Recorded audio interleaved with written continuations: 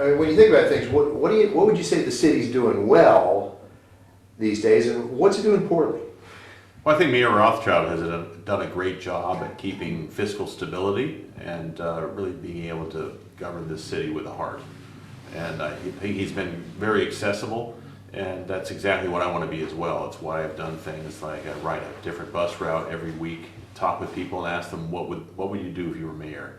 I've walked Speedway from city limits to city limits. I went from Painted Hills to Tankerville Loop, 16.5 miles in one day, talking with neighborhood association presidents who came out and walked with me along their stretch, small business owners along the way. That accessibility and really being the people's representative in government rather than a representative of government is exactly how I want to be able to govern. What do you think the city's doing poorly? Where should they improve? I think we need to do a better job at getting on top of potholes. We need to do a better job at reducing response times for our first responders, which means more commissioned officers on the street and more firefighters on the street. We have to make sure that people know not only will their potholes get filled when you call them in, but their entire neighborhood is going to get resurfaced on a regular basis, and they won't have to wonder whether they're ever going to get past the potholes. Now, the city manager runs the nuts and bolts, the day-to-day. What do you see as the role of the mayor? I think the mayor doesn't have a lot of power innately, but the mayor brings his own power to the position, and that's where I think I can do a lot. I have an immense amount of experience being able to deliver on difficult challenges in this community and turn them into positive solutions. I worked to be able to get transportation funded during as one of the leaders who brought together the RTA, the Regional Transportation Authority. I've been working to get education funding as a state. At a time in the legislature, I was able to leverage the Red for Ed movement to be able to get $415 million in new funding this year alone in our public schools. We need to do better than that, and as a city, I think we can support our public schools when the state refuses to follow through on their promises. What do you see as some emerging issues that are going to be the city's problems soon, but are not quite there yet? Well, there's a lot of issues that are already here and emerging. Poverty is one of them. The fact that we've got such a high poverty rate in this community has a lot to do with the fact that we haven't had enough good jobs available for people. So we have to advocate for more job training and advocate for more businesses to start here, expand here, and come here. And I think that will help a lot with our poverty issues and, again, support our education system so that we can have people have a great opportunity to get a good start from preschool all the way to lifelong learning in our community colleges and job training programs. Now, you've already alluded to this to some degree. Police are chronically understaffed. Yes. They often complain that lower salaries lead them to take off and join other agencies. How would you solve that, especially when you consider the budget constraints out there? Well, budget constraints are out there, no doubt, but our top priority has got to be keeping our public safety adequately funded so that we can stay safe in this community, as well as making sure that our roads are adequately paved and our transportation system works. Those are basic things the city has to do. I think that we can find ways to be able to invest more in our public safety than we have within the existing budget, but I think we need to look to new sources of revenue. One of those sources is the fact that because of a loophole in the law, because we have so much unincorporated area, we're losing about $70 million a year that otherwise is going to Phoenix that we could be using to invest in our public safety, in our roads. So I want to make a big push for annexing the unincorporated areas in order to be able to help us to have more money to invest in what we need down here. What's an example of an area you might annex? I think we should make a case that people in the foothills or the northwest side would be very, very interested in becoming city residents because you're going to get better public safety, better roads, and you may actually see your taxes go down. What's required to make those annexations happen? You need the consent of the people who are there, but I've represented people in the foothills and the northwest side in the Senate for the last 6 years, so there's a certain amount of trust built in as me as a community leader. If I'm mayor of this town, I think people might be willing to think that their interests might be supported. Now, you talked a little bit about this earlier. How would you go ahead and boost the economy and just improve the nature of the jobs that prevail here? Well, we can use a lot of the challenges that face us and turn them into opportunities. One of those is we got a lot of vacant big box stores, a lot of vacant strip malls. The nature of our retail economy is changing, so we don't go shopping at big boxes. We're ordering big boxes to come to our front doors through Amazon. When that happens, you have these big box stores becoming potential blight to neighborhoods and to our community. If we were able to redevelop those big box areas and these strip malls into mixed use developments where you have affordable housing, where you've got business incubators, where you've got childcare, you've got all sorts of things in a place where people can all live and afford to live and not have to be traveling around as much. You have a new way to be able to create a community that works better for this economy.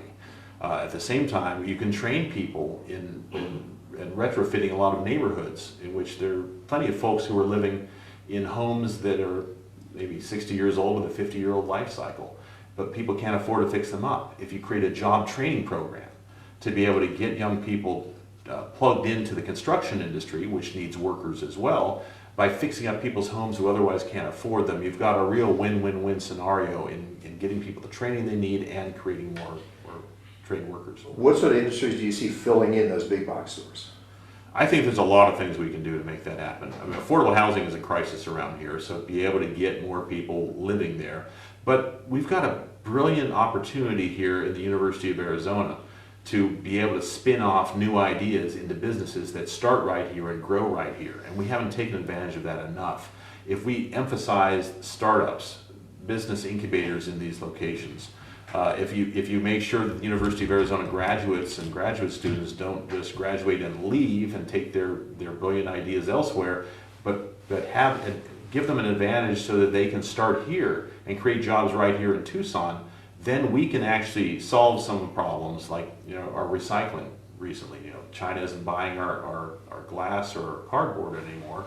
If we can figure out ways of repurposing that to be able to create a business taking other communities' problems where they can't get their cardboard or glass taken away to anybody else either, bring them here and we create a business based on solving that problem that would bring more money to our community and more jobs as well. That's the kind of win-win thing I want to be able to do. Do you support do you support or oppose the Sanctuary City initiative? And why? I oppose the initiative. I strongly support the rights of asylum seekers and refugees and migrants to be able to get a good life here in the community. A lot of the people who are refugees and asylum seekers have come here fleeing political violence. They're trying to be just left alone to start their own life. I don't want to make them into a target in a big political battle the way that this would turn out to be. I think our Tucson Police Department is doing a pretty good job already making people feel safe, whether or not they're documented, in order to be able to serve as witnesses to crimes or report things that have happened to them. I think when you have a big battle over it and you declare something, all of a sudden you create a conflict where there should not be a conflict, and the people who we say we want to help might end up getting hurt. So what do you think would happen if that conflict were to engage? I don't know. I'm concerned. I think that when people are running away from political terror in their own country, they just want to be left alone to start their own American dream. And that's what we ought to be encouraging, not pointing out that these are people we're saying we're working for, and then you have other people coming in and potentially bad things can happen in a conflictual situation. Bad things like what? It's hard to tell these days.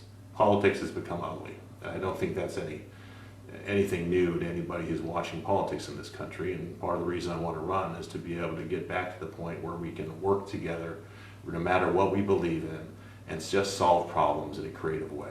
That's what we want to do. I don't believe in epic ideological battles. I just want to be the grown-up in the room solving problems, and I think that's what most people want in their mayor. Right. I think that's good. Anything you want to add?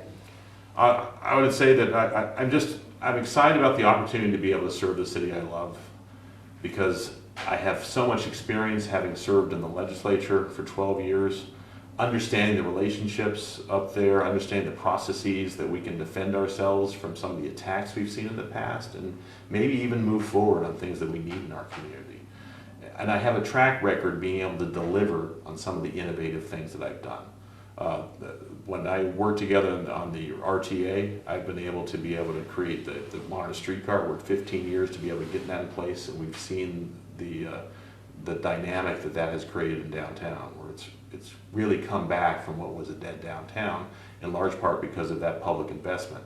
If we can expand that kind of turnaround to the entire city and allow everyone to benefit from public investment unleashing more jobs, I'm really excited about the prospects of making that happen. And I can do it in a lot of innovative ways, but I also have the track record of getting it done.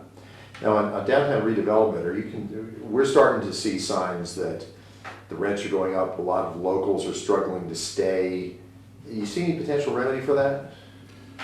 I think what we need to do, we need to be careful as we get more benefits for people wanting to come in here and invest in Tucson. We want to make sure that people aren't priced out who are the long-term business owners or the people who are long-term residents. That everything's a balancing act where you're looking at approvals, and I think this is where you really need to make sure that we have a balance on the side of the people who have been here the longest and have invested in our community. I'm a big believer in honoring our traditions and our history and our cultures here in Tucson. That's why I did the murals, those big black and white photo murals downtown on Broadway, on the Broadway underpass, of people walking down the street in the 50s. Our community is so strong, and we have had such strength through diversity, and that's depicted on those murals. And we also have a great tradition of history of things that we do here in Tucson that nobody else does. So keeping our uniqueness has got to be one of those things we've got to insist upon as we come up with more prosperity in this town.